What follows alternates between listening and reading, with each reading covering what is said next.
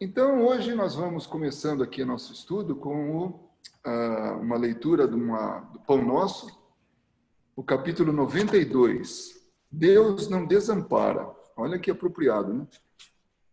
E dê-lhe tempo para que se arrependesse da sua prostituição e não se arrependeu. Está em Apocalipse. E Emmanuel comenta: se o Apocalipse está repleto de símbolos profundos, isso não impede venhamos a examinar-lhe as expressões compatíveis com o nosso entendimento, extraindo as lições suscetíveis de ampliar-nos o progresso espiritual. O versículo mencionado proporciona uma ideia de longanimidade do Altíssimo, na consideração das falhas e defecções dos filhos transgressores. Muita gente insiste pela rigidez e irrevogabilidade das determinações de origem divina. Entretanto, compete-nos reconhecer que os corações inclinados a semelhante interpretação ainda não conseguem analisar a essência sublime do amor que apaga dívidas escuras e faz nascer novo dia nos horizontes da alma. Se entre juízes terrestres existem providências fraternas, qual seja a da liberdade sob condição, seria o tribunal celeste constituído por inteligências mais duras e inflexíveis? A casa do Pai é muito mais generosa que qualquer figuração de magnanimidade apresentada até agora no mundo pelo pensamento religioso. Em seus celeiros abundantes há empréstimos e moratórias, concessões de tempo e recursos que a mais vigorosa imaginação humana jamais calculará. O Altíssimo fornece dádivas a todos, e na atualidade é aconselhável, medite o homem terreno, nos recursos que lhe foram concedidos pelo céu, para arrependimento, buscando renovar-se nos rumos do bem.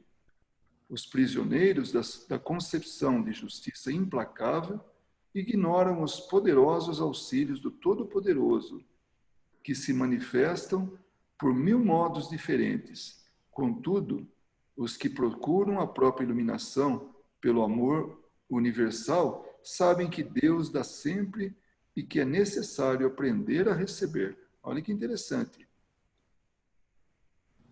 Aqueles que procuram a própria iluminação pelo amor universal sabem que Deus dá sempre e que é necessário aprender a receber. Interessante, essa última frase fecha com chave de ouro, né?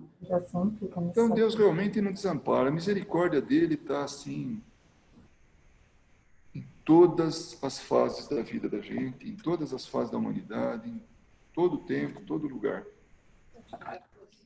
Sim. A Verinha vai fazer a prece de abertura. Querido Mestre Jesus, neste momento, Senhor, permita que estejamos convosco em nossos pensamentos, que nós possamos senti-lo, Mestre querido, que nós possamos, Senhor Jesus, abrir os nossos corações e a nossa mente para o aprendizado de hoje, mas que, acima de tudo, Senhor, nós possamos nos envolver com a Tua bendita paz, a Sua misericórdia, o Seu amor para conosco, para que nesses momentos em que nosso pensamento se eleva com um propósito maior, nós possamos realmente, Senhor, sentir um pouco da Tua presença a nos trazer a paz que tanto necessitamos. Que também, Senhor, nós possamos nos encher de alegria por estarmos aqui com esse objetivo maior. E que cada vez mais, Senhor Jesus, nós possamos querer estar contigo, estudando as lições do teu Evangelho, as lições também que os Espíritos nos trouxeram.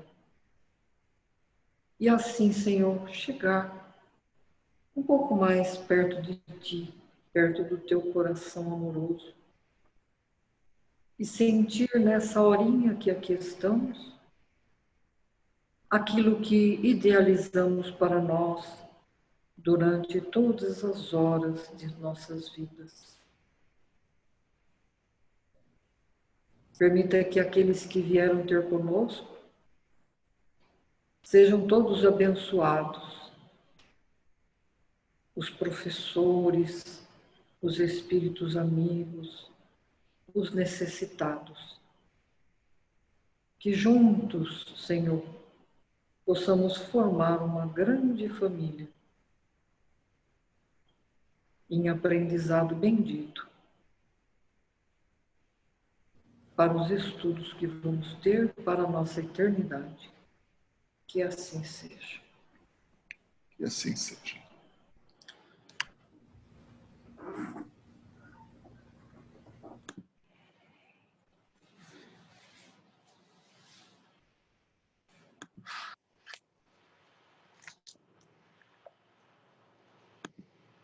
A Pan também está aí.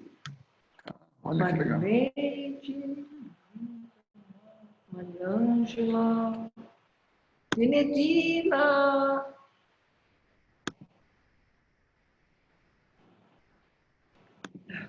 Oi, tô aqui. Legal, saudades, viu? Eu também, eu também. Muito bem. Então, a gente segue com o estudo, né, do Livro dos Espíritos. E no capítulo 6, continuamos com a vida espírita. E hoje nós vamos falar de um tema que parece fúnebre, né? Comemoração dos mortos, funerais. Isso aí é o item 9, né, do capítulo 6. Mas são 9 questões, que a gente está dividido aí umas 6 transferências, né? Para não ser tão longo. E aí a gente vai ter um pouco mais de espaço para conversar um pouco a respeito. Mas eu acredito que esse tema, ele é bastante, assim, fácil de entender, porque a gente já viu muito disso, né? Eu costumo lembrar que é importante a gente ter sempre em mente, quando se trata desse tema, a escala espírita. Sempre lembrando que quando a gente fala de espíritos, a gente tem que estar sempre situando ele onde a gente, situando ele sobre onde que se encontra na escala espírita, qual que é o grau de evolução dos espíritos. Então, a cada resposta dos espíritos para Kardec, vamos lembrar sempre que existe uma associação com o nível dos espíritos. Enedina, você poderia fechar o seu microfone? Que aí está a sua assinatura somente aqui na minha. Não, tá fechado, agora que eu abri. Ué, Tá fechado, vou fechar. é você aí. Mas tá bom, tá aparecendo só seu nome, mas tá bom. Significa que você está presente aqui, né? Bom, antes de seguir com esse tema, eu gostaria de falar uma coisa que pouco antes da gente abrir a sala, a gente estava comentando com a Cris, com a Inês, sobre essa palestra que a gente recomenda, né? É uma palestra de 4 anos já, ou 3 anos e meio de idade. Eu vou passar depois para o grupo, Vencendo a Dor da Morte. Essa Célia Diniz, aliás, acho que era com Z aqui. Ela trabalha em Leopoldo, em Pedro Leopoldo, lá no centro que o Chico frequentava, né? E ela conhece ele desde cedo, desde muito cedo. Vamos ver se a gente consegue trazer ela. Mas ela faz uma palestra, essa palestra em especial, ela é fantástica, com muita tranquilidade, com muita simplicidade, assim, ela é bem didática, porque ela é professora, né, da rede pública, e ela dá uma palestra assim, realmente muito boa. E me ocorreu de falar sobre ela agora, justamente para quebrar um pouco esse lado fúnebre, né? Que começa o título, né, do item, né? Mas é isso. Bom, aqui nós temos, deixa eu ver se eu consigo, só um pouquinho que eu vou diminuir aqui. Assim fica fácil para eu ver aqui. Muito bem. A questão 320, o Kardec pergunta se os espíritos são sensíveis à saudade dos que os amava na Terra. Lembrando que nós estamos falando de espírito desencarnado. Então, tudo que se refere a esse item, ou mesmo ao capítulo, na verdade, ele está se referindo aos espíritos encarnados e a relação que nós temos com eles. Então, a gente aqui e eles lá. E aí a gente vê essa relação.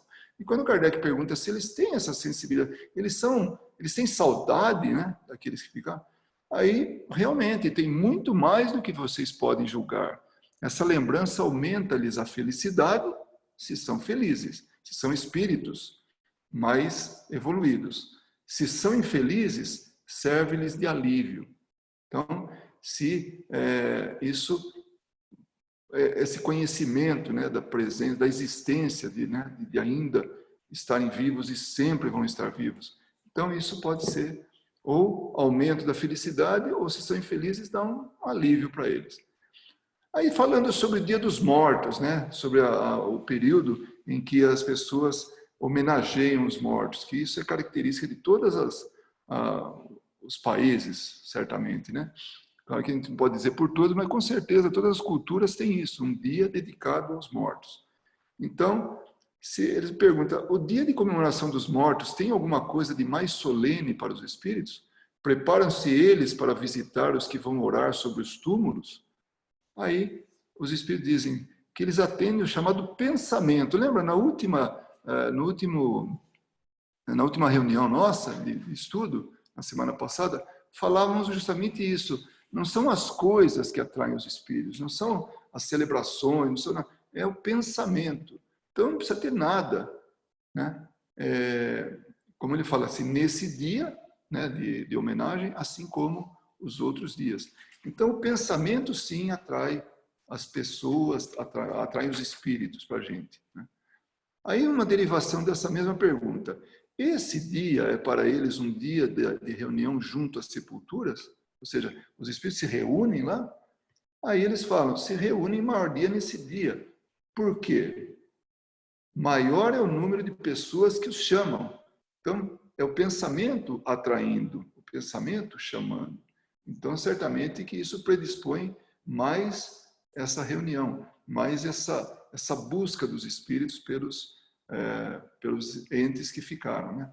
Mas cada um só comparece em atenção aos seus amigos e não pela multidão dos indiferentes. Então, são os amigos que têm essa capacidade de atração, amigos, familiares. Então, eles é que chamam, eles é que conseguem trazer o espírito pelo pensamento, pela atração do pensamento. Lembrando que tem que haver um chamamento saudável, e não aquele do desespero, daquela saudade doentia, né? Temos que entender que sofrer a falta de alguém, né, a distância, isso é perfeitamente normal. Agora, aquele desespero de querer que a pessoa esteja lá, reencarne, não reencarne, reviva, ressuscite, isso é doentio, né? Isso não faz bem nem para quem está encarnado e nem para quem está desencarnado. Ainda na questão 321, sob que forma comparecem e como seriam vistos se pudessem tornar-se visíveis, né? A resposta é simples. Exatamente a forma que tinham em vida. Não é diferente, ninguém vai aparecer. Eu, por exemplo, se eu tenho, sei lá, falta uma perna, né? E se eu fosse me apresentar, eu me apresentaria com muleta, mancando, alguma coisa assim. Por quê? Para tornar familiar a minha aparência àqueles que me conheceram. Agora, eu posso me apresentar de acordo com uma outra encarnação que muito fez para mim, assim, muito me tocou, e eu tenho, inclusive, cor diferente. E aí eu chego, e não, esse aí não é o Luiz, esse é outra pessoa, como é que ele aparece? Então, para se apresentar, ele se apresenta na forma que exatamente que tinham em vida para aquele grupo de espíritos, né? Encarnados. A questão 322, os espíritos esquecidos, cujas tumbas não são visitadas por ninguém, comparecem, apesar disso, e sentem algum desgosto por não verem nenhum amigo se lembrar deles? Agora aqui, de novo, vamos lembrar da escala espírita. Para um espírito elevado, o que importa a Terra? Né? Ele está numa outra fase, ele entende que a família vai se reunir um dia. Não precisa estar indo na tumba dele, né? Lá onde ele está enterrado. Somente pelo coração se prendem a ela. Se não mais o amam, nada mais o que faça o espírito voltar à Terra. Ele tem todo o universo pela frente. Então, não é motivo de desespero para o espírito se ele tiver num nível mais elevado. Ele está acima disso. Se aquelas pessoas abandonaram ele, não quiseram mais saber dele, e tudo, ele tem outras tarefas para fazer, outras pessoas para amar. Enfim, não que ele deixe de amar as pessoas que não visitam ele, que não homenageiam ele no Dia dos Mortos, alguma coisa assim, mas porque ele está acima. Né? A questão 323, a visita ao túmulo proporciona mais satisfação ao espírito do que uma prece feita em sua intenção? Olha que interessante essa pergunta. Então, o ritual de visitar túmulo vale mais do que ficar num canto, nem ir lá no cemitério, mas ficar aqui fazendo uma prece, né? Aí os espíritos dizem que a visita ao túmulo é uma maneira de manifestar que se pensa no espírito ausente. Então é como se fosse assim, comprovar, evidenciar a exteriorização de pensar no espírito.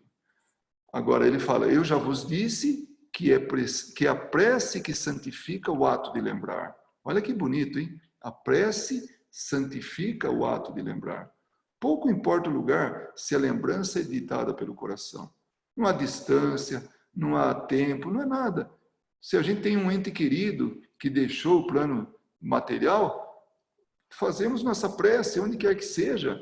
Né? Podemos nunca mais visitar o cemitério, mas está visitando sempre, através da prece, o coração daquele ente querido. Então, isso equivale. Né?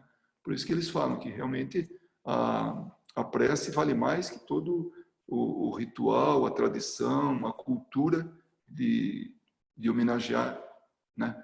E visitando. Né? Eu achava interessante, né?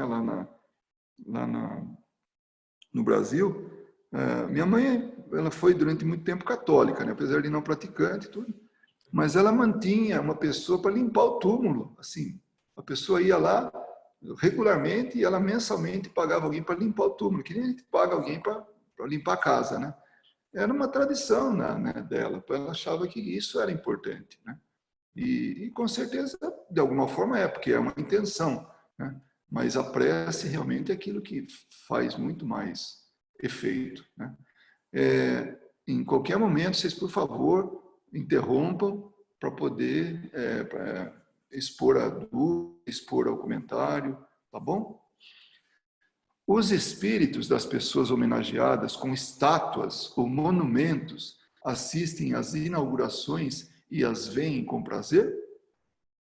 Muitos as assistem quando podem, mas são menos sensíveis às honras que lhe tributam do que às lembranças. Então eles vão aceitar muito mais a lembrança, né, as preces, do que erigir um monumento. E está lá, erigir um monumento e acabou, esquece da pessoa.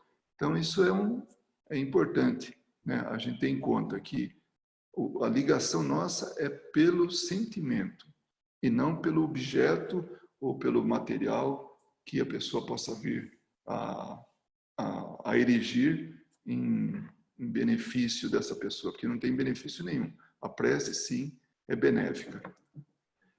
325. De onde podem vir, ou pode vir, para certas pessoas, o desejo de serem enterradas antes num lugar do que no outro, voltam a ele com mais satisfação após a morte, e essa importância dada a uma coisa material é sinal de inferioridade do espírito?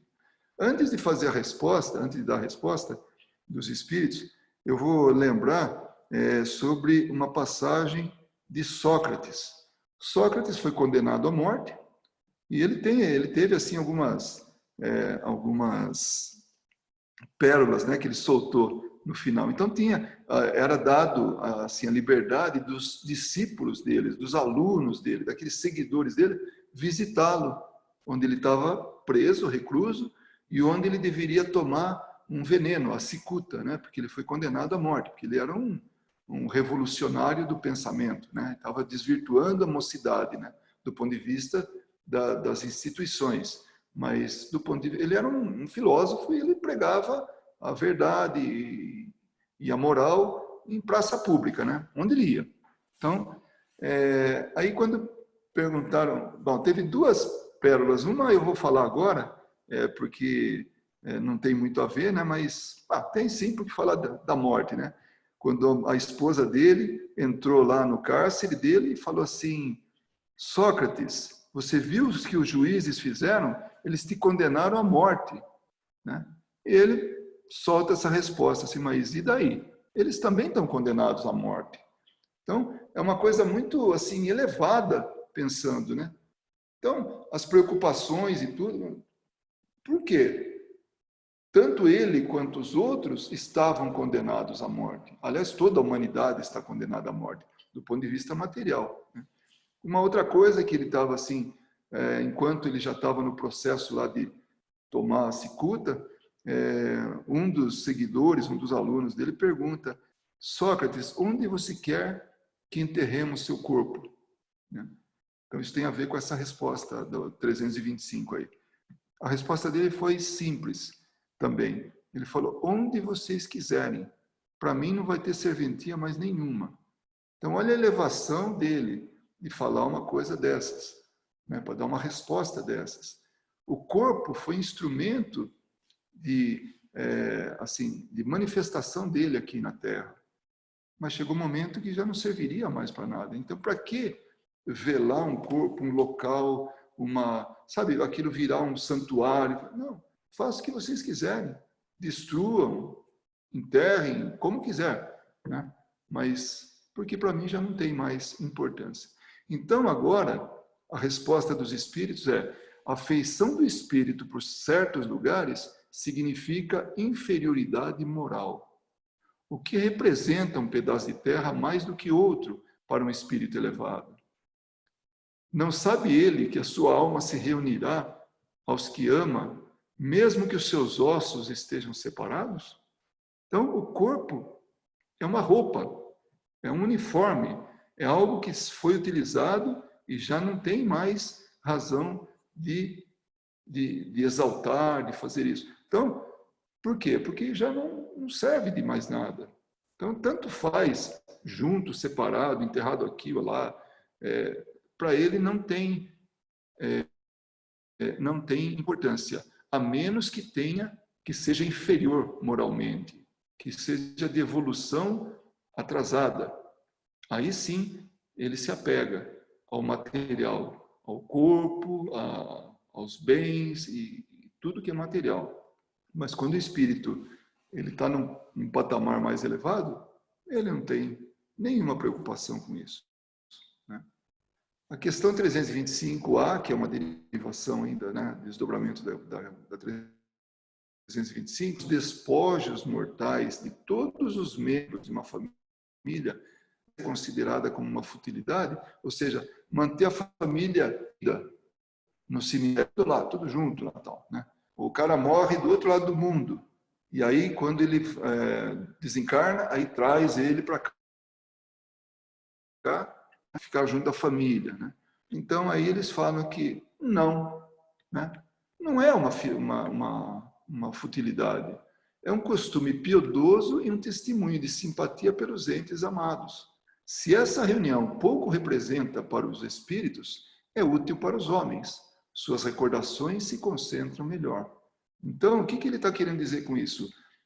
Para os encarnados, é algo importante, mas para o espírito que está acima disso, né, não vê importância nisso, para ele tanto faz estar reunido ou não com a família, os restos mortais com a família.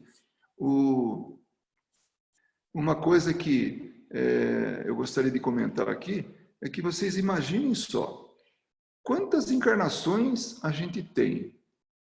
Não podemos dizer quantas, mas podemos dizer que são muitas, que são assim, muitíssimas, na verdade. Então, a cada uma delas, ter os despojos num lugar ou no outro, reunido com uma família, com outra. Quando a gente muda de uma encarnação para outra, a gente se junta a outras pessoas. Se não todas aquelas que estavam reunidas com a gente, algumas mudam.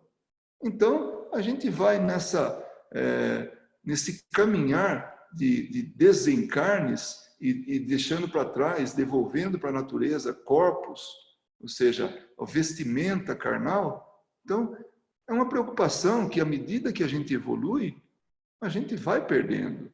Já não tem importância mais, né? Então, isso é importante a gente saber, de que para as culturas, para as pessoas encarnadas, é importante para visitar o túmulo e tudo isso. Agora, mesmo esses encarnados, quando eles evoluem, eles já não veem com tanta importância isso.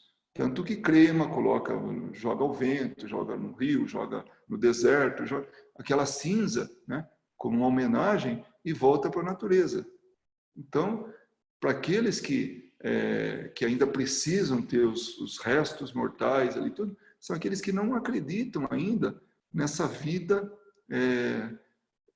eterna, não eterna, mas imortal, né, do espírito. A 326 pergunta: a alma que volta à vida espiritual é sensível às honras que tributam aos seus despojos mortais? De novo, está falando de homenagens, né? Quando o espírito já chegou em um certo grau de perfeição, não tem mais a vaidade terrestre e compreende a futilidade de todas as coisas. Eu tenho receio nesta vida aqui. Claro que não vai acontecer, porque eu não sou tão importante assim. Ter nome de alguma coisa, nome de ponte, nome de rua, nome de penitenciária. Já pensou, deve ser terrível ter nome de penitenciária, né? Então, nome é uma coisa que talvez seja uma das primeiras coisas que se perca quando a gente desencarna. Hoje, nós vamos ler uma carta de um espírito que, num momento, olha só, o mesmo espírito, ele se identificou com um nome e depois ele se identificou com outro. E ele está dizendo que é a mesma pessoa, com dois nomes diferentes. E aí a gente fala assim, pô, mas pelo qual nome a gente vai chamar, né? Quando Humberto de Campos, no plano espiritual, se encontrou com a Ivone Pereira, né? Ela desencarnou, foi para o plano espiritual, ele já estava lá, e ele faz uma entrevista com ela, né? Tanto que ela pergunta, quando vê ele assim, fala: poxa, Humberto, você nunca escreveu nada através da minha mediunidade, né? Ela fez essa pergunta aí. Aí depois, numa outra pergunta, aí já é de Humberto de Campos, ele pergunta para ela assim: como devo chamar você? De Ruth ou de Ivone? Porque Ruth era uma personagem que é de uma série de livros que ela contou. E, inclusive, uma personagem que desencarnou várias vezes por suicídio, né? Então, ele pergunta: como é que eu devo chamar você? Olha que interessante. Nem o nome é nosso. Ela podia falar um terceiro nome e falar: não, me chame de tal, que é um nome que ele nem conhecia, nunca ouviu falar, mas que ela, da preferência dela, preferia ser chamada assim. Talvez, veja bem, talvez Jesus seja um dos poucos, ou único espírito que tem o mesmo nome, seja quando passou por aqui, seja quando ele passou pelo plano, ou lá no plano espiritual, porque é um espírito muito especial, Porque imagina se cada um chamasse por um nome. Parecia que a gente não estava falando da mesma pessoa, né? Se referindo à mesma pessoa, ao mesmo Espírito. Então, quando foi anunciada a vinda dele para cá, né? Então Maria foi informada, ele se chamará Jesus, porque isso fosse em sonho, intuição, no que fosse, mas ele se chamaria Jesus. Claro, respeitada se é Joshua, se é Jesus, se é Jesus, cada língua tem a sua maneira de falar, mas é o mesmo nome, né? Que fica fácil da gente entender como o único Espírito. Então, mas nós, né, pessoas aí em processo evolutivo, tivemos muitos nomes. E essa talvez seja, desde já, eu coloco uma preocupação em vocês aí. Que nome que nós vamos ser chamados, né? Quando chega no plano espiritual? Qual que eu vou escolher, né? Então, nada é efetivamente nosso de verdade. E para o espírito elevado, para o espírito moralmente mais evoluído, não tem a mínima importância, né? Então, deixa eu ver, quando o espírito já chegou a um certo grau de perfeição, não tem mais a vaidade terrestre e compreende a futilidade de todas as coisas. Então, as coisas ficam no segundo plano, as coisas que realmente não têm valor para ele, não tem mais valor. Hoje tem, talvez um espírito queira. Poxa, eu lembro de uma vez um espírito que se manifestou, ele era escritor, né, de livros, eu não vou falar o nome dele, mas eu lembro do sobrenome dele. E ele queria que corrigisse o nome dele, que o livro estava errado. Olha que coisa, não é uma coisa impressionante? Ou seja, não é porque era espírita que estava assim, elevado a ponto de relevar uma coisa tão insignificante, né? É como eu, né? Meu nome é com Z, Luiz com Z. De repente eu venho brigar aqui com todo mundo, venho obsidiar a pessoa que escreveram com S meu nome. Então, que importância tem isso, já que o som é o mesmo, Luiz e Luiz, é igualzinho, né? É um exemplo somente, tá, pessoal? Eu não vou ficar... Acho que não, né? Sei lá. Sabei, porém, que frequentemente há espíritos que, no primeiro momento da morte, gozam de grande satisfação com as honras que distributam, ou se desgostam com o abandono a que lançam no seu envoltório, pois conservam ainda alguns preconceitos desse mundo, algum vínculo. Então ele precisa daquilo. Então aí nós estamos falando de espíritos apegados a matérias, espíritos materializados. Assim, eu preciso da matéria, eu preciso ainda das honrarias, eu preciso ter lá um mausoléu que todo mundo passa e lá fala, ó, fulano está aqui enterrado e tal. Vai ver, passado um tempo, até reencarna, nem lembra mais que foi aquela pessoa, né? A questão 327, o espírito assiste ao seu enterro? Muito frequentemente o assiste, mas algumas vezes não percebe o que se passa, se ainda estiver perturbado. Então ele pode estar junto ali, pode nem estar reconhecendo, então pode estar sofrendo e falando, escuta, eu estou vivo, ele está deitado aí, mas eu estou vivo, sou eu estou vivo, né? Porque ele está no estado de perturbação. Então, sim, o espírito assiste ao enterro, dependendo do seu nível, ele vai se manifestar de um jeito ou de outro, ou seja, ou ele vai estar ali perto de pessoas queridas, né? Eu tenho falado várias vezes aqui no livro Voltei, o irmão Jacó, ele, durante o féretro dele, ele vai estar ali perto, então ele percebe todo o chamamento através do pensamento, aquele aprisionamento, né, ao ente querido que desencarnou. E ele estava com mais de 80 anos, então já estava na hora de desencarnar. Mas ainda assim as pessoas queriam ele, né? Os familiares queriam ele junto. Ele sentiu preces sinceras ali de pessoas, ele percebeu pessoas falando mal dele. Então, todo esse pensamento, tudo reflete no espírito. Então, ele assiste sim, de um jeito ou de outro, ou como uma lição, ou como até algum tipo de expiação ali, né? De passar por tudo aquilo, porque está ainda perturbado. Eu tinha comentado que o Herculano Pires, numa dessas reuniões nossas, não sei se foi a última, penúltima ou antes, que ele estava presente no funeral dele, como espírito, e ele se manifestou ali mesmo, né? Então, ele tinha consciência da situação que ele se encontrava, tinha médium que podia tornar possível a manifestação dele, e ele se manifestou ali. Então, sim, depende do nível do espírito, ele vê aquilo com naturalidade ou com sofrimento. Aí, a 327, fica lisonjeado com a concorrência ao seu enterro, quer dizer, aquela casa cheia, né? Ele fica feliz com aquilo, mais ou menos, segundo o sentimento que provoca essa concorrência. Tá vendo? Eu tava tudo cheio lá quando eu desencarnei. Nossa, tá tudo. Eu falo para minha mulher, né? Falo, olha, quando eu desencarnar, não avisa ninguém. Depois de uns meses, quando alguém passa, escuta, como é que tá o Luiz? Desencarnou. Sério? E como que foi? Quando foi? 6 meses atrás, né? Alguma coisa. Porque eu não sei se realmente assim, o velório e tudo aquilo é uma coisa. Eu fico pensando nisso, mas isso é meu, tá? Não vamos levar para o estudo, não. Tá? Mas isso tem a ver, assim, a 327A, ele fica lisonjeado, sim, se há muita gente lá no enterro, se há muitas pessoas, sabe, um enterro concorrido, né? A 328, o espírito daquele que acaba de morrer assiste às reuniões de seus herdeiros. Essa parte é dura. Aqueles que têm realmente vínculo com os bens materiais, vai. E olha só a resposta. Quase sempre, Deus o quer para a sua própria instrução e para castigo dos culpados. Lembra que a palavra castigo aqui tem que ser bem entendida. Não é que Deus castiga. É assim, é uma autopunição, né?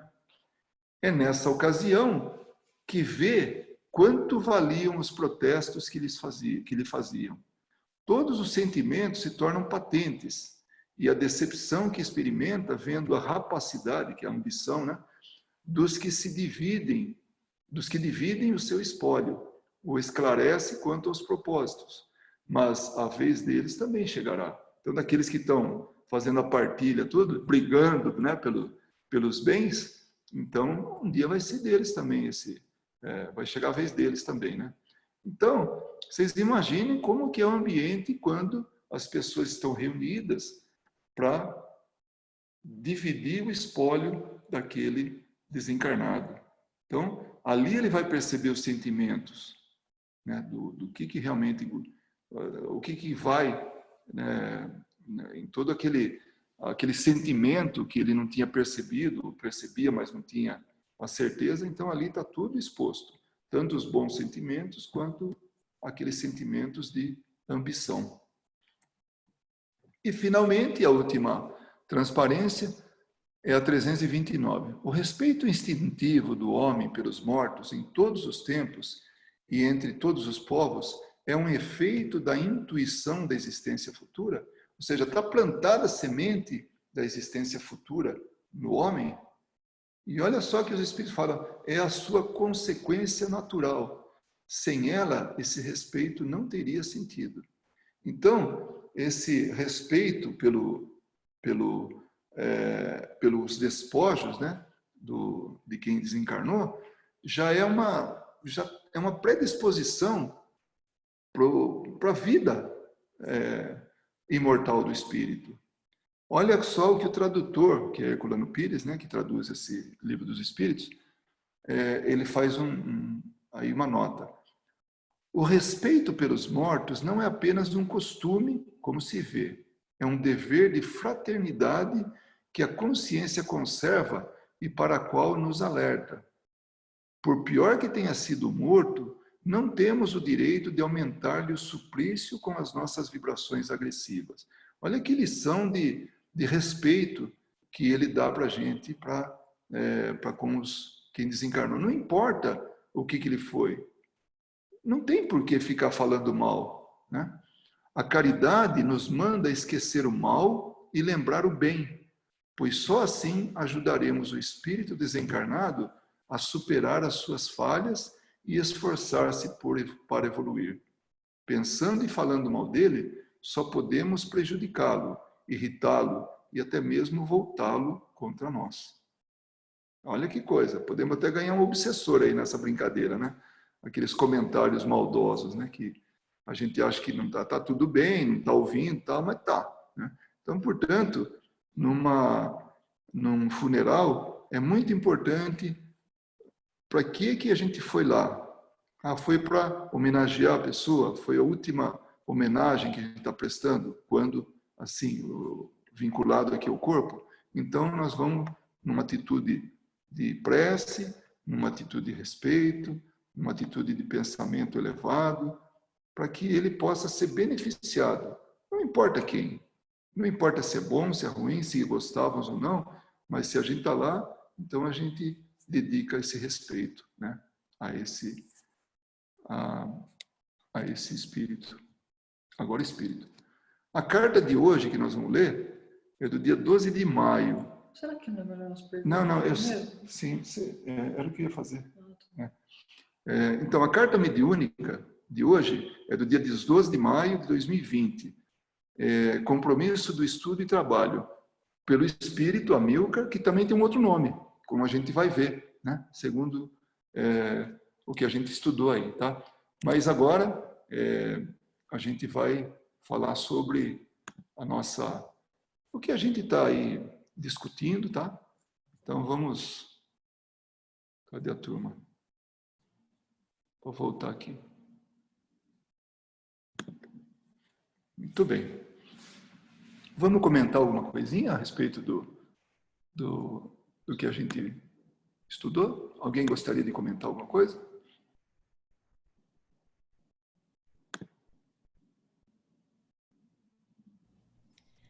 Eu gostaria. Pode ir, Marileide. Não, só dizer que é tão difícil se falar mal de uma pessoa que acabou de morrer. Normalmente as pessoas dizem, quer que fale bem, morra. Não é verdade?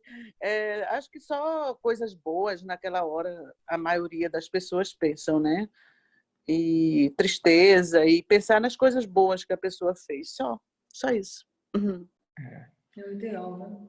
Bom, nós temos aí duas mãozinhas levantadas, que é da Carol e da Inês, e também a Suelen entrou aí na tela. O que nós vamos decidir? Vai pela mãozinha? Vamos pela sequência? A Suelen pediu primeiro.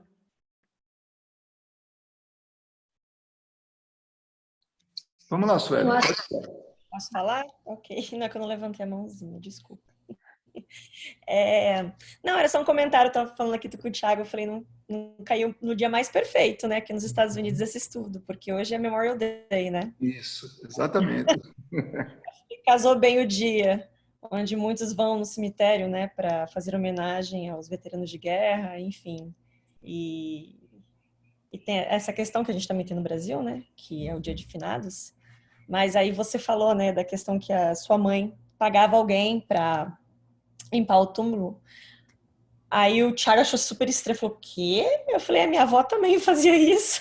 Esse menino do Rio, né? Eu falei, esse menino de apartamento do Rio que não conhece nada. Eu falei, Olha, também fazia, ela não pagava mensalmente, mas ela ia e ela sentia essa necessidade, ela achava que era uma questão de respeito, deixar tudo limpo, pelo menos uma vez por mês.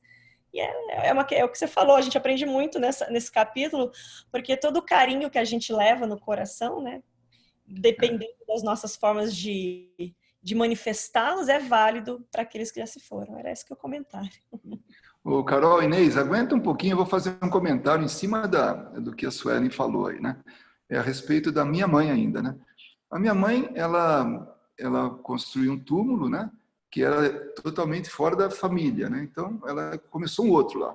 Ela era muito preocupada, a descendência dela era espanhola, né? Espanhol tem uma preocupação com isso. Os mais velhos providenciam tudo, a gente só gasta com as lágrimas, né? A gente só entra com as lágrimas, porque o resto está tudo feito. Aí ela pegou e fez toda uma reforma lá, tal, no túmulo, e não tinha nada, não tinha ninguém lá, né? No túmulo. Aí, um dia ela falou, vamos ver como é que ficou, me leva lá. Aí eu levei ela, né? Nossa, a vó Rosa ficou tão bonito, né? A gente chamava de vó Rosa, né? Carinhosamente. Nossa, a vó Rosa ficou tão bonito que, olha, eu estou pensando, eu gostaria de ser o primeiro a entrar aí, né? Não, nada disso. Não vem furar a fila. foi uma maneira bastante, assim, de bom humor ela falar isso, mas ela falou sério, não vem furar fila. Aí o que a gente fez? Então tem uma foto dela, comigo ao lado, e o túmulo do lado, né? Os dois do lado de fora. Porque ela tinha um filho brincalhão, sabia, né, que eu fazia piada com tudo. Então, vamos tirar uma foto. Ela falou, tá bom, vamos tirar uma foto junto, uma selfie, né? Mas agora vamos ouvir aqui. Que bom que você não furou a fila, Luiz. Não Por enquanto, não. Carol, o que você tem para falar para a gente? Essa questão Oi, gente, boa noite. Eu entrei um pouquinho atrasada. Essa questão de falar, né, dos mortos. Eu me lembro que a primeira vez que isso chamou a minha atenção foi no livro, se eu não me engano, Os Mensageiros, que André Luiz vai buscar um encarnado porque ele tinha um compromisso para estudar no plano espiritual. E chega lá com o companheiro dele e encontra ele tendo pesadelo e tinha um espírito no quarto. E aí André Luiz comenta, né? Fala assim, nossa, isso aqui é um obsessor, né? Aí ele fala assim, não. Eu vim aqui acertar as contas com ele porque hoje na hora do jantar ele estava falando umas mentiras a meu respeito. E eu estou precisando esclarecer isso aqui, porque não é verdade essas calúnias que ele está falando de mim, não, para minha esposa, não sei. E aí diz que o espírito acordou no dia seguinte e eles contam, né? Relatam, André Luiz relata isso muito bem e fala assim, depois vai falar que teve pesadelo à noite por indigestão, mas não por indigestão das palavras mal faladas, né? Porque é aquilo bem que você falou, a gente precisa respeitar. E eu me lembro que depois disso, que eu li esse livro, eu nunca mais... nem sequer pensar, até pedir perdão para aquelas pessoas que já desencarnou e que eu pensei alguma coisa ruim, eu já pedi em pensamento, porque eu fiquei envergonhada. Falei, depois ele vem aqui me assombrar de noite para acertar as contas comigo, não quero não. Eu não sabia, mas agora você já escutou, me desculpa, já está tudo certo. É porque assim a gente mesmo. precisa ter conhecimento das coisas, né? Porque não é bem por aí, não. A gente está... A minha mãe dizia, mas não é porque morreu que virou santo. Mas não precisa lembrar que não virou santo. Né? Quem somos nós, não né? É porque morreu que virou santo. Vamos ver o que a Inês tem para falar para a gente.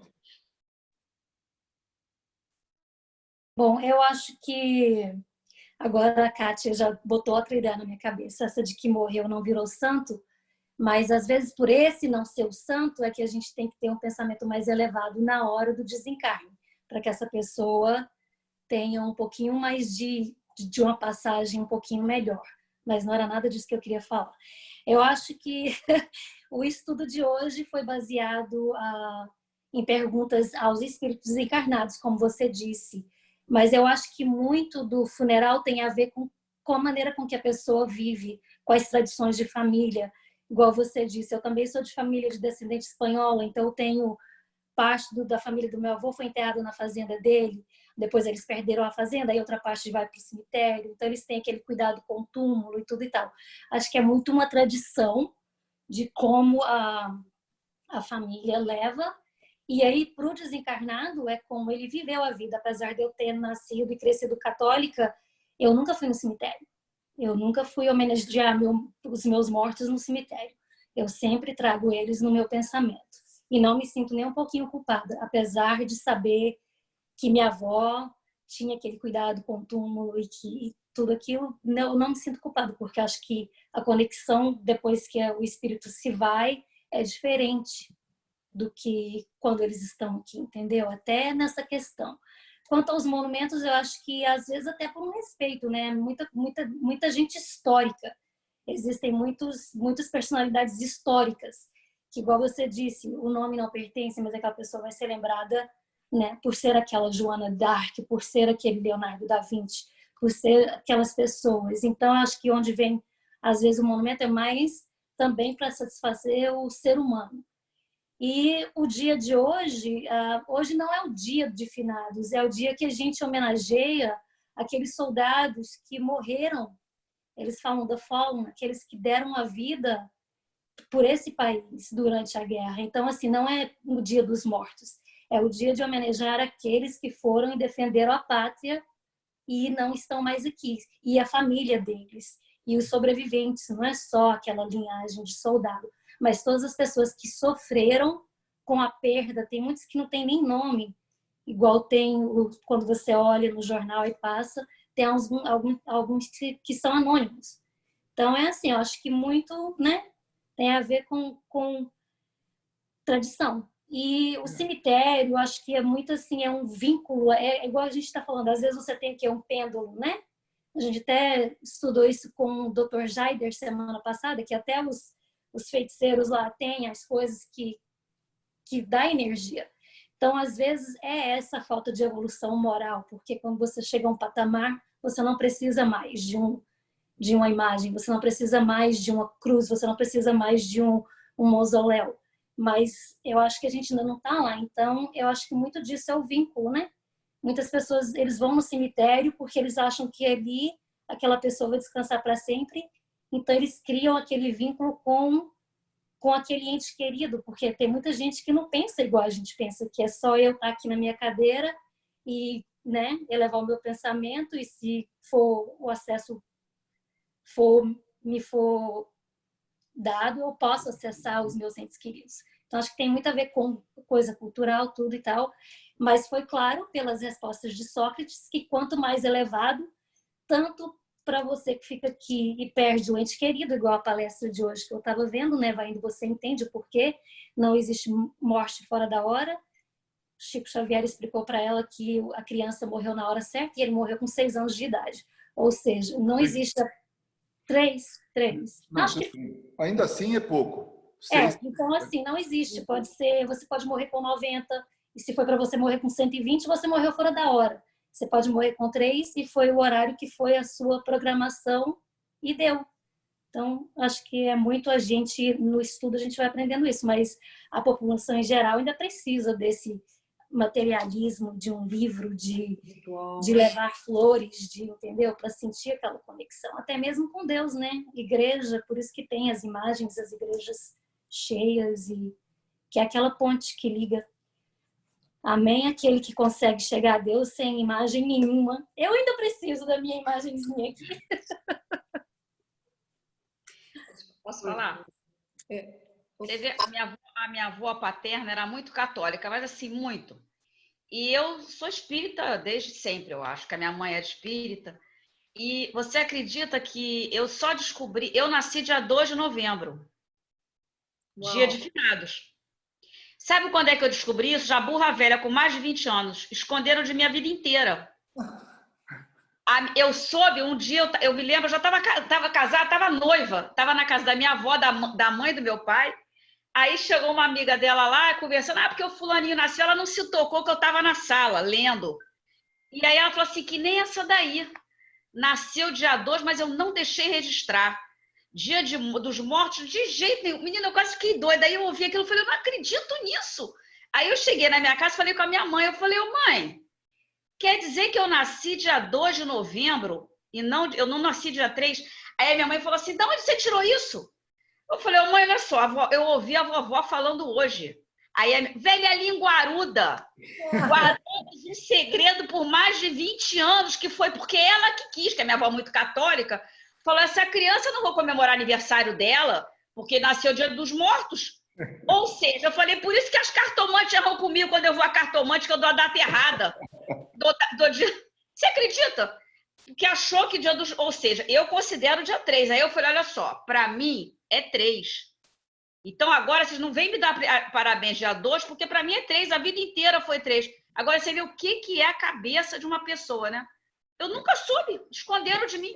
Sabe, Cris, quando logo na abertura, né, da nossa sessão de estudos, eu falei desse assunto, o título, né? Fúnebre, funeral, tal coisa, porque a gente foi educado para isso, sabe? Foi educado para lamentar a morte, para se entristecer, para sofrer, enfim. Só que a gente se esquece que a gente vem com data marcada, isso a gente tem, a gente sabe, chegou aqui. Mas quando vai voltar, o ticket está em aberto, né? A gente não sabe quando é que vai voltar. E só que a gente precisava entender isso melhor, aceitar melhor, porque é uma realidade. Que a verdade absoluta é somente essa, né? Que a gente vai morrer assim, desencarnar. Ninguém vai ficar para semente, né? Então, teríamos que ter um pouco mais de educação com relação a isso. Ver de forma mais assim, aceitar melhor, porque é uma verdade, é uma realidade isso. Não tem jeito. Mas eu acho que a religião espírita, os espíritas aceitam, como acreditam nisso, talvez não valorizem tanto essa coisa. Eu também, sempre fui agarradíssima com meu pai, mas desde que ele morreu, eu nunca mais fui no cemitério. E eu falo com meu pai todo dia, para mim, todo dia eu tô com ele. Entendeu? Então, para mim, isso não significa. Agora, a minha avó, essa mãe do meu pai, que era também super... A gente tem túmulo aqui no cemitério São João Batista, aqui no Rio. E aí a minha avó, você vê como é que são as coisas, uns valores que... Ela, quando comprou há 300 anos, milhões de anos atrás, o túmulo da família, ela comprou, exemplo assim, eu não sei quem conhece o Rio. Aqui tem a Avenida Atlântica, a Vieira Soto, tal. Ela comprou o túmulo, uma vez eu vi ela discutindo, olha que bobagem. Porque ela pagava uma pessoa também para cuidar, limpar, botar letrinha, não sei o quê. Aí ela descobriu uma vez, foi no cemitério para ver como é que estava e descobriu que construíram na frente da família, uma outra fileira. Aí ela assim, eu paguei pela Vieira Soto, agora eu vou parar na Barata Ribeiro. Olha o absurdo, porque tipo assim, ela pagou pela Nobre, aí resolveram construir na frente. Falei, meu Deus, mas que bobagem, ela não se conformou, porque ela comprou pelo ponto, entendeu? Ou seja, eu acho que o pessoal católico, eu acho que acredita que, sei lá, se a pessoa está lá ainda. Eu acho uma bobagem tão grande, menino, mas ela ficava enfurecida. É umas coisas que... Deixa eu só falar uma coisinha.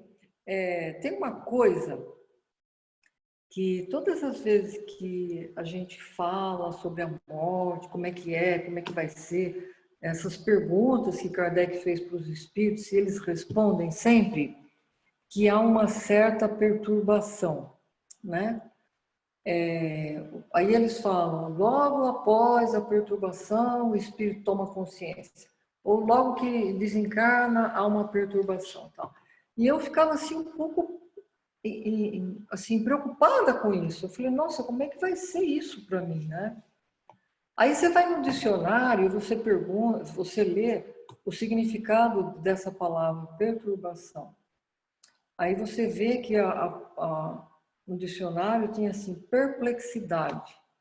Então, eu acho que fica um pouco mais fácil a gente entender essa perturbação com a palavra perplexo, perplexidade, né? Você se depara com algo novo, né? E agora, né? E aí também eu fiquei bem mais calma depois que eu fiz uma comparação com as coisas que eu vivi, e sempre acontece isso, quando, por exemplo, eu estou muito tempo aqui, né, em Las Vegas, na mesma cama, né, acordando, vendo tudo igual, tal. Aí eu vou para o Brasil, chego lá, né, você está dormindo, quando você desperta, assim, naquele momento em que você está despertando, onde eu estou? Não sei se vocês já viveram isso, né? Ou você vai para um hotel, né? Aí você desperta, onde eu estou, né? Então, eu acho que essa perturbação é esse estado, né? Esse estado de perplexidade. Pera um pouquinho, né? O que aconteceu? Onde eu estou? Né? Para depois você tomar consciência da situação. Eu acho que é isso que ocorre. Muito bem. Vamos então ler a carta de agora?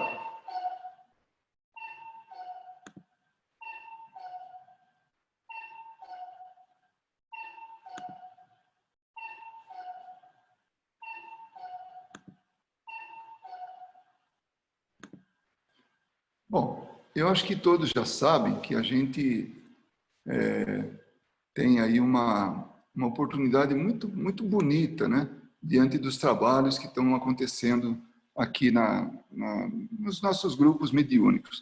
Nossos grupos, na verdade, é um grupo só. São pessoas que fazem parte tanto da Casa Las Vegas Christian como a Allan Kardec Vegas. Tá?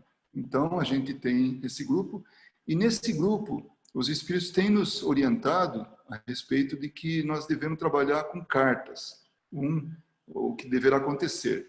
Então, deveremos ter ainda com muita frequência. E nós estamos armazenando essas cartas, né? Para que um dia até a gente possa, por sugestão assim, do grupo, assim, de algumas pessoas do grupo, estudar essas cartas. Está vindo muito assim. Por exemplo, foi citado o fato de que o espírito que escreveu essa carta, ele tem 2 nomes, né? Então, ele se identificava por um nome e agora ele passou a se identificar por outro. A razão disso, talvez seja até isso, para que a gente entenda que nada é perene do ponto de vista espiritual. Tudo é movimento, tudo é transformação, né? Tudo é mudança, né? Ou para que alguém o reconheça, né? Sim, também, né? Então, aqui nesse caso, realmente, os nomes são de épocas diferentes, né?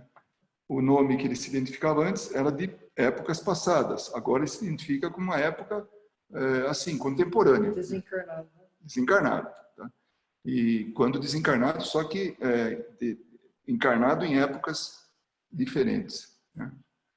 Então, esse espírito já escreveu para a gente, né, como foi falado, não uma carta, nem 2, foram várias, e é interessante que até através de médiums diferentes. Não foi só um, não foi só outro. E o estilo é muito, muito próximo. Uma qualidade, assim, literária muito, muito elevada, né, que a gente percebe, né? Não é alguém que não teve escolaridade, vamos chamar assim, né? Então, o título é Compromisso do Estudo e Trabalho, né? Esse título foi tirado do corpo da carta, né? Aí ele fala, eu gostaria, em primeiro lugar, de agradecer a oportunidade bendita de comunicar-me novamente. Isso significa que ele já falou com a gente, tá? Já escreveu para a gente. Muitos de vocês já puderam perceber e compreender, através das mensagens, que um grandioso trabalho está para se iniciar. Sim, tivemos, conforme combinado, muito trabalho nos últimos anos, auxiliando cada um de vocês para que pudéssemos, todos nós, nos reunirmos aqui em Las Vegas. Olha que interessante, foi posta muita energia, foi colocado muito trabalho, muita educação para poder, nos últimos anos, né, para que cada um se reunisse aqui, se preparasse para estar aqui em Las Vegas. Olha que interessante, né? Então, não foi assim, coincidência, como ele vai falar mais para frente. Não se espantem com todas as coincidências e casualidades. Nossa, realmente, do ponto de vista assim, a gente fala, nossa, mas que coincidência conhecer as pessoas aqui, espíritas e tal, que nem a gente estava conversando um pouquinho antes, né, de abrir a sala, estava conversando com a Cris, né? E ela falou, nossa, mas quanto tempo eu procurei casa espírita em Las Vegas, né? Porque há anos que eu visito Las Vegas, tal. Aí finalmente eu conheci, né, lá na Sunset, né, a Las Vegas Christian. Aí depois, né, ela falou, aí depois eu soube também da existência, praticamente soube hoje, que era a existência de uma outra casa, né? Então, devagar as pessoas chegam, devagar vão conhecendo. E aí a carta vai dizer isso, né, que não é coincidência. Olha só, não se espantem com todas as coincidências e casualidades.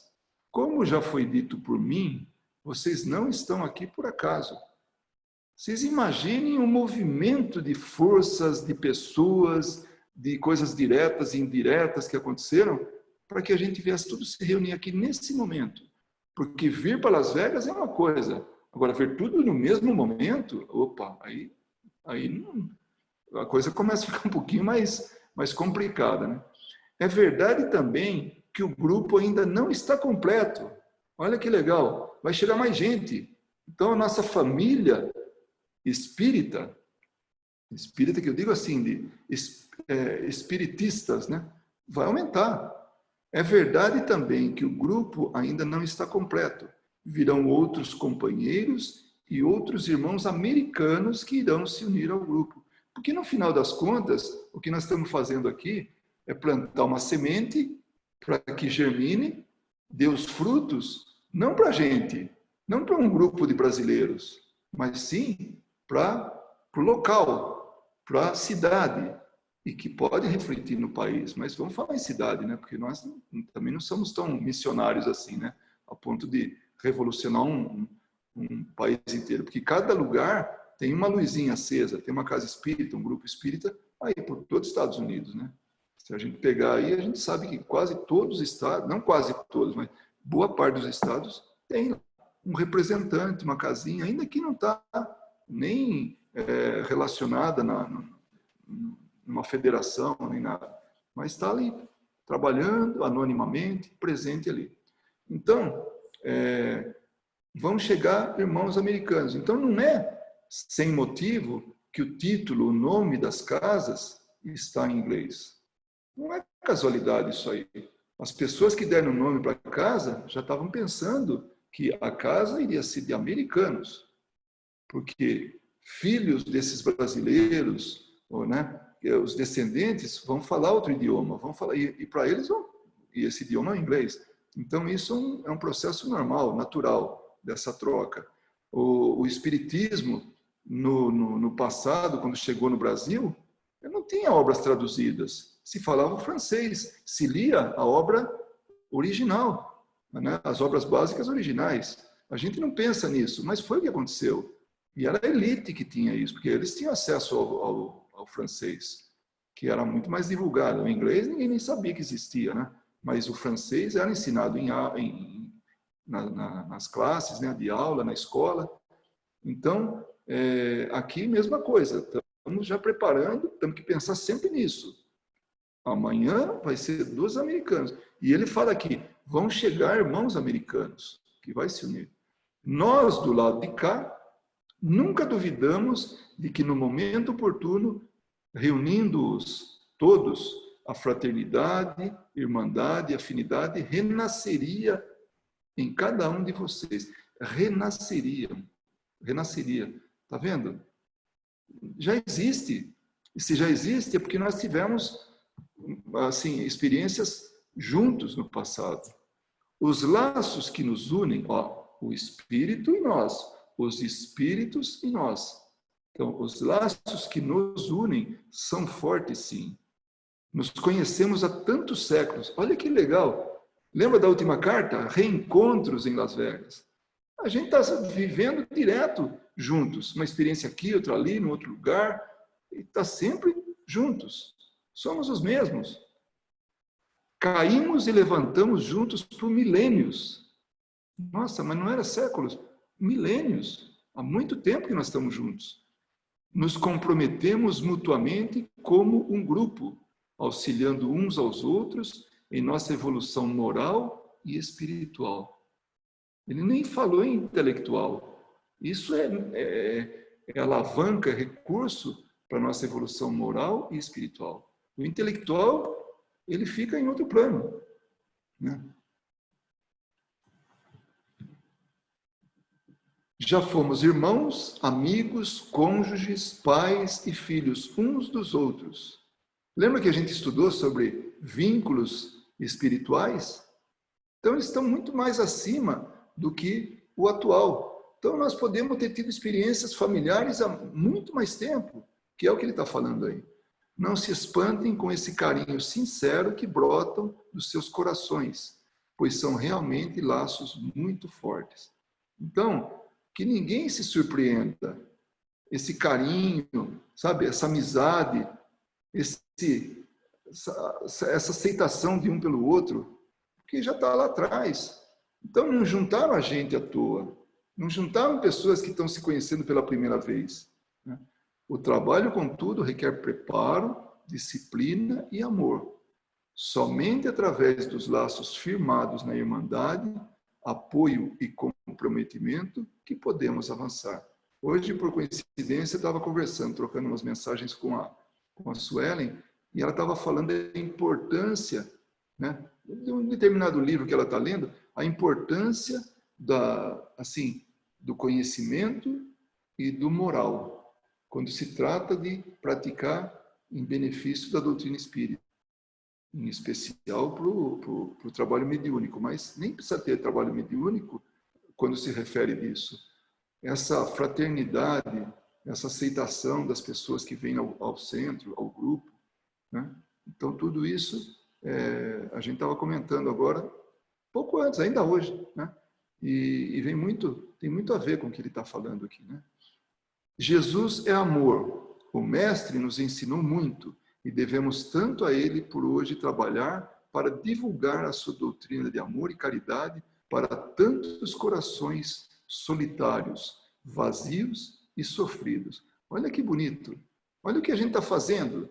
Ah, mas somos tão poucos. Não importa. A maior das caminhadas começa com o primeiro passo. Qualquer oceano conta com uma única gota. Cada gota é importante. Então, a contribuição nossa é essa, né? Opa, foi muito rápido aqui.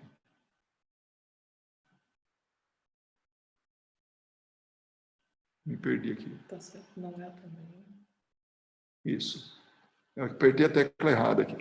Não é também novidade para cada um de vocês que já tiveram contato com a doutrina espírita. Olha que interessante, para nós não é novidade isso aí. E a doutrina espírita é tão nova, tem 160 e poucos anos, é novíssima, né?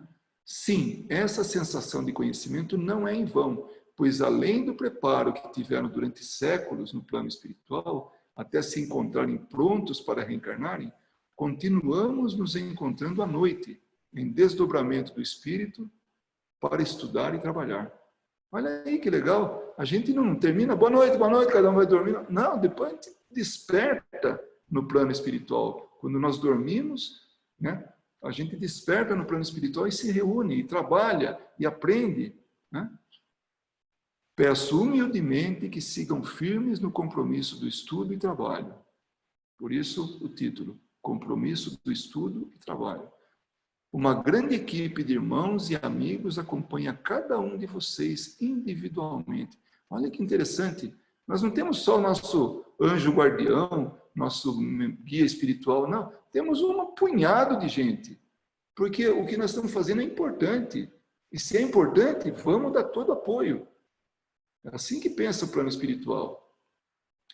Aí ele fala de um espírito. O Pedro, nosso amado irmão devotado e companheiro, possui um importante papel em acompanhar e preparar a médium. Uma das médiums que ele escreve através dela. Cabe, contudo, a disciplina de cada um. Então, já tem um recado embutido aí para a médium. E seja disciplinada. Eles possuem laços afins, o espírito e a médium, desde nossa experiência na França. Não são desconhecidos. Não é o espírito que caiu de paraquedas e falou, ei, você, vamos trabalhar juntos. Eu vou escrever através de você. Como disse, somos conectados e amparados para o trabalho. As afeições de seus corações são naturais. Os medos, as incertezas e principalmente o susto, né, a perplexidade perante tamanhas responsabilidades. Então, hoje a gente pode falar, nossa, construir uma casa espírita no Brasil é tranquilo. Todo mundo se junta, tem sede própria e tal. Mas e aqui? Aqui as leis são diferentes. A maneira de poder de alugar os locais é por hora, não é por mês, né? Então, aos poucos receberão maiores informações. É natural a curiosidade e nós compreendemos. Quem que não fica pensando, nossa, o que vai ser dessa casa? Como é que vai ser? Como é que é esse grupo? Aí como é que vai ser? Né? Então, tá aí. É natural a curiosidade. Eles compreendem. Contudo, o trabalho é primordial e existem questões mais importantes a serem direcionadas. Então, na hora de discutir sobre como é que nós vamos agir, como é que nós vamos trabalhar, então, os cursos, os estudos e tudo, então aí é importante que sejam direcionados. Deixamos um pouquinho a curiosidade de lado. Né? Conduta reta no amor, em servir e trabalhar. Auxiliem-se mutuamente, pois muito em breve retomaremos os trabalhos e nos reencontraremos para servir o Mestre. Agora é hora de preparação, oração e vigilância. Não se esqueçam de que não estão sós. Disciplina e estudo, oração e boa vontade são virtudes necessárias aos trabalhadores do Evangelho. Há muito a realizar. Em breve daremos mais notícias no momento oportuno. Por ora, já sabem o necessário e o suficiente. Quanto mais se prepararem, mais poderão contribuir com a missão que vieram a desempenhar. Então, esse grupo não veio aqui passar férias, veio para trabalhar, veio para representar um grupo muito grande. Nós estamos aqui na frente, nós somos aqueles instrumentos que somos materializados, vamos chamar assim, porque estamos encarnados, para poder ter o contato com o mundo material e exprimir essa vontade, esse desejo, essa necessidade dos espíritos que colocam na gente aqui, né? Porque a gente torne possível. Um abraço carinhoso do amigo saudoso que os quer bem, Amilcar, ou tão conhecido quanto Demétrios. Então, nós temos cartas assinadas por Demétrios e temos também do Amilcar. Uma bonita carta, né, pessoal?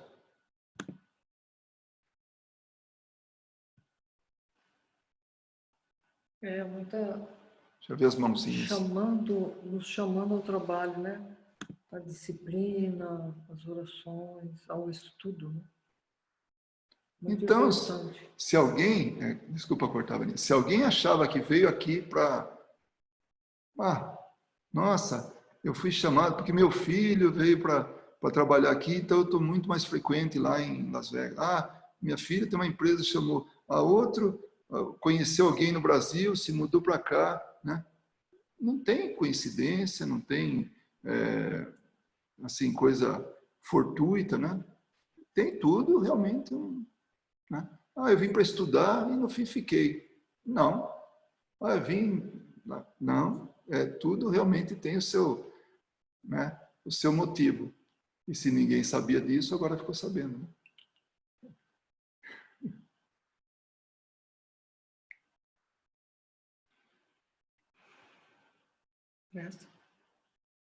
Bom, tá todo mundo tão depois de quietinho. uma carta, todo mundo fica quieto, então vamos partir para a prece agora. Agora sim é um momento de vibrações. Todos sabem que nós temos aqui o nosso caderno, que fica a cada reunião que a gente faz, porque é um momento de doação, é um momento de realmente a gente ajudar quem necessita. E podemos nem saber quem estamos ajudando, mas a nossa disposição, a nossa doação, ela tem endereço certo, né? Então, que a gente possa fazer essa vibração, né, essa prece final, com com toda a certeza de que vai haver muita gente beneficiada, inclusive nós mesmos. Você queria falar alguma coisa, Marileide? Sim, vamos pensar também na Adriana, não é? Sim, ela já está aqui no nosso caderno e nós vamos... nela e no marido, né? Nela e no esposo Alberto, pode... Então, aquele que tiver, ou aquela que tiver vontade de fazer a prece de encerramento, junto com as vibrações, o microfone está aberto. Aquele que sentir vontade, pode ficar à vontade de fazer a prece. Posso fazer, Góis? Por favor, Carol. Então, vamos serenar o nosso coração, elevar o nosso pensamento ao nosso Mestre Jesus, esse amigo querido que nos ampara, e agradecer pela oportunidade de estarmos mais uma noite reunidos, aqui, cada um nos seus lares, mas conectados pela vibração de amor. O Cristo trouxe para nós valiosas lições. Esse irmão mais velho ampara os nossos caminhos quando estamos também passando pelas dificuldades. Esses momentos de provas, de solidão, de tristeza, serão amparados, as nossas lágrimas serão enxugadas, se mantermos em nosso coração a certeza da fé, a motivação em servir, e a alegria em continuar. Os corações hoje, meus irmãos, encontram-se vazios, encontram-se tristes, desconectados, desligados da espiritualidade divina. Essa é que deveria ser sempre a nossa primeira prioridade. Jesus nos pede muito pouco, meus irmãos. Nos pede a caridade, a moral e a material. Mas, acima de tudo, nos pede para trabalhar dentro de nós as nossas más tendências. Somente quando o homem olhar para dentro e corrigir o que é necessário, avançará nessa encarnação e poderá contribuir para um mundo melhor. Paremos para observar as nossas atitudes e agora é momento de continuar. Mas para seguir adiante, precisamos desapegar de tudo aquilo que nos atrasa a marcha, desapegar de tudo aquilo que não nos faz bem. Confiem, meus irmãos. Jesus segue convosco. Todos aqueles corações tristes, os corações solitários, os que sofrem nos leitos de hospitais, estão sendo amparados. Existe uma equipe inúmera de amigos bondosos que se esforçam dia e noite, noite e dia, para auxiliar. Porém, muitas vezes, as mentes agitadas não conseguem conectar.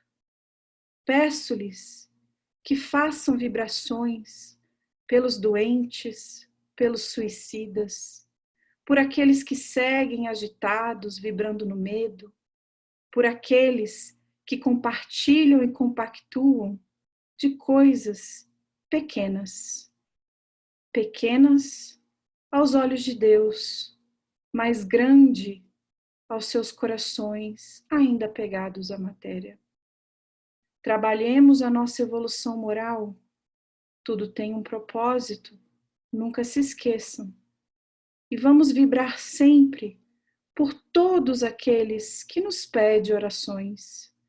Esses corações, muitas vezes, não conseguem pedir. Estão desacreditados da vida, estão desacreditados do amor. E nos pede, encarecidamente, o socorro fraterno. Oremos sempre, vamos manter a fé, continuar com os estudos e, acima de tudo, a disciplina no trabalho. Seguimos em frente, estaremos convosco. O Mestre sempre conclama: os trabalhadores de última hora estarão na linha de frente e juntos, vibrando no amor, trabalhando em nós o que devemos trabalhar, eliminaremos os julgamentos, eliminaremos a violência e somaremos forças com os amigos do bem para um mundo melhor. Que Jesus abençoe a cada um de vocês, onde quer que estejam. Saibam, meus amigos, sois luz, sois instrumentos do Cristo. Não ouvides nem por um minuto de que não estão sós. E que assim seja, graças a Deus.